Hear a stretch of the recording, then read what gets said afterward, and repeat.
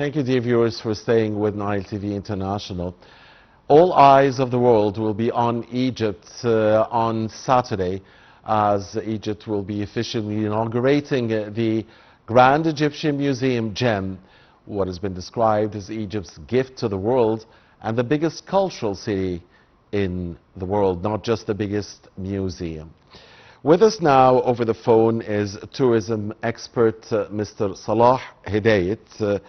A very good evening to you, Mr. Hedayet. Thank you for joining us. And first of all, I mean, hearts must be beating fast as we approach the moment that we've been waiting for years, really, the inauguration of GEM. What can you tell us about what to expect and what to wait for on Saturday in the presence, of course, of dozens of world leaders who will be here in Egypt? Okay, good evening.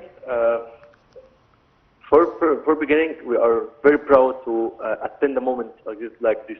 We have now the inauguration of the Grand Egyptian Museum. It's just one moment in our life, so we are so happy and we are so lucky to attend a moment like that, as we're going to be a witness and watch the opening of the Grand Egyptian Museum, the biggest cultural project of the 21st century. And for sure, not just as Egyptians, we are waiting, but all the whole world, they are just waiting until this moment to 1st of November, when the official opening of the Egyptian Museum. All right. Mr. Hedayet, the Grand Egyptian Museum overlooks the famous, historic, legendary Giza Plateau with the pyramids and the Sphinx. What makes GEM, in your view, as a tourism expert, unique and different among the world's major museums? Okay. For beginning, the vision behind the Grand Egyptian Museum is to create a world-class culture landmark that both preserves Egypt as an ancient heritage and presents it in a modern and engaging and a global accessibility way. We are now representing Egypt's ambition to connect between our past and our present. And sure, it's like a gateway between the past and the present. And especially about the location of the GEM beside the pyramids of Giza, just 2 kilometers far. It's a symbolic continuity and authentic context and national identity we are showing for the whole people. We are going to open the Grand Egyptian Museum, the biggest museum ever built all over the world, built for one civilization, beside the most famous and the greatest site, site in the world. Mr. Hedayet, you're the tour guide. Now, what are the key features that visitors should look to when visiting GEM? Of course, especially regarding the Tutankhamun collection and other historic monuments. Okay. As a tour guide, we see that we and my colleagues found that so hard and so difficult to carry on all the museum consists of or contains about the artifacts. Besides the Tutankhamun collection, the most important collection in our history, which was found by Howard Carter in 1922, and for the first time will be gathering again one more time. Besides that, we have the great statue of King Ramses II, one of the greatest statues made ever for Egyptian king. Besides that, we have also the first hanging church all over the world. Made for the first time, we found the cartouche or inscription on the base of the obelisk. And imagine that we are making in Egypt now a hanging obelisk weighted 110 tons. Besides that, we have a collection from more than 100,000 artifacts throughout the ages of Egypt, from ancient Egyptian civilization and from prehistorical era, in addition to the Greek and Roman part of history, in our history.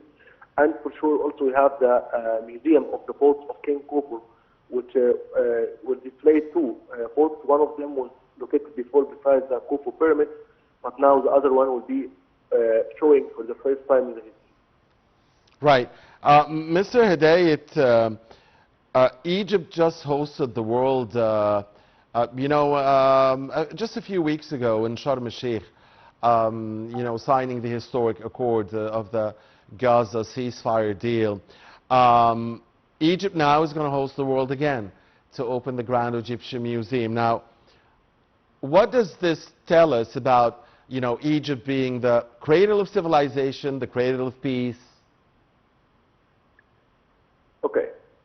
Like you mentioned, sir, before a few weeks ago, Egypt hosted the whole world for the peace treaty in Sharm el-Sheikh conference. Now we're going to host the whole world one more time for the inauguration of the Grand Egyptian Museum. We're not just going to give the world a gift, but we're giving the world an historical and cultural hub to show our identity for people, helping tourism, also support our vision about 2030 to be able to host like 30 or between 30 million to 40 million tourists per year. And now we're going to enrich the whole market of tourism, not just in Egypt, but globally in the world. This museum it's actually be weighted by all who work in fields of tourism and archaeology.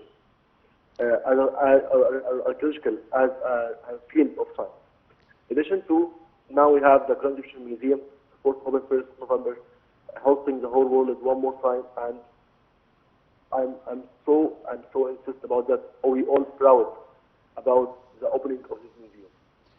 Mr. Hedayet, what do you think will be the economic effect of GEM and the expansion, of course, of the tourism map, the already very rich tourism map in Egypt, Egypt holding something like 2/3 of the world's monuments.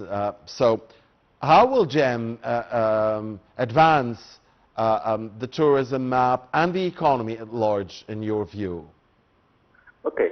The museum actually is creating a new opportunities for locals and Egyptians, and also for international who are going to work in Egypt, and also for foreigners who are around the world as a tourist company.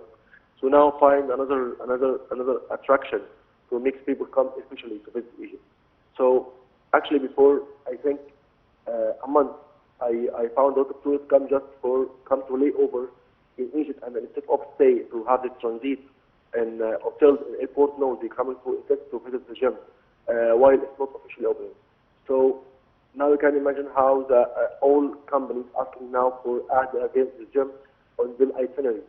So we add an extra day for staying or the spending one more day, especially for the gym. So if we're going to put an tourism program for itinerary extended for 7 or 8 days, now it has to be 10 days, especially with the opening of the museum, because no one day is not enough to visit the Grand Egyptian Museum now. Also give more opportunity for all Egyptians as more now jobs, offering more jobs, and also impact tourism and employment, education, culture, entertainment for behind this museum. Also, now I hear from some of my colleagues and one of the tourism companies outside Egypt, they now find school trips in England, asking for making a school trip here in the gym to visit the gym and the Egyptian Museum, just to make the children know more about the Egyptian history. Mr. Hedayet, what role will technology play inside the museum? This museum being a bridge, really, between, you know, past and future, between history and innovation. Okay. Now the museum giving a special or a new experience to be here in the Egyptian Museum. We tried it before in the NIMC or the National Museum of Egyptian Civilization, but now going to use it in worldwide to have like a virtual and remote experience by all 3D technologies, and also the virtual tour, and also live stream lectures. And we have one of the biggest conference halls. We have a children's museum, and actually it's, I said before, like a culture hub. So it's all facilities for all people, for people with disabilities. They have disabilities devices to help them to know more about the history by using braille or by using the headphones to hearing the information about each artifact. And also we have now a new lab to restoration, so they will be able to attend the restoration of the artifacts online. Yes, Mr. Hedayet, Egypt has cooperated with many international partners for the planning and conservation in the future and design phases of GEM. What could you tell us about this international cooperation?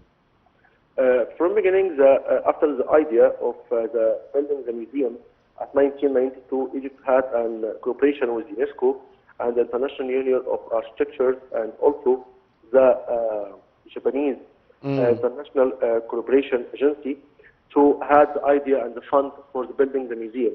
And then around 2002, an Irish company won the competition, which is called Hemingen Architecture, to pose the design of the museum.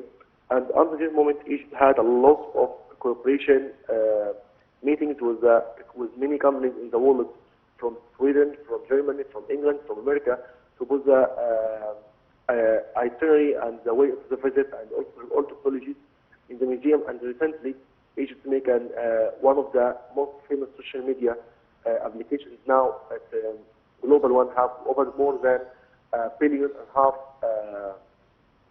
accounts on it, going to show the inauguration of the museum online on this application now. So Egypt, under this moment, for inauguration, have a mini collaboration between international companies and also national companies. And finally, Mr. Hedayet, GEM, the Grand Egyptian Museum, has not only been described as the biggest museum in the world or the biggest cultural city in the world, overlooking, of course, the Giza Plateau, the pyramids and the Sphinx, but it has also been described as Egypt's gift to the world. What can you tell us about that specific element, you know, if you want to back this statement that this is Egypt's gift to the world? Okay.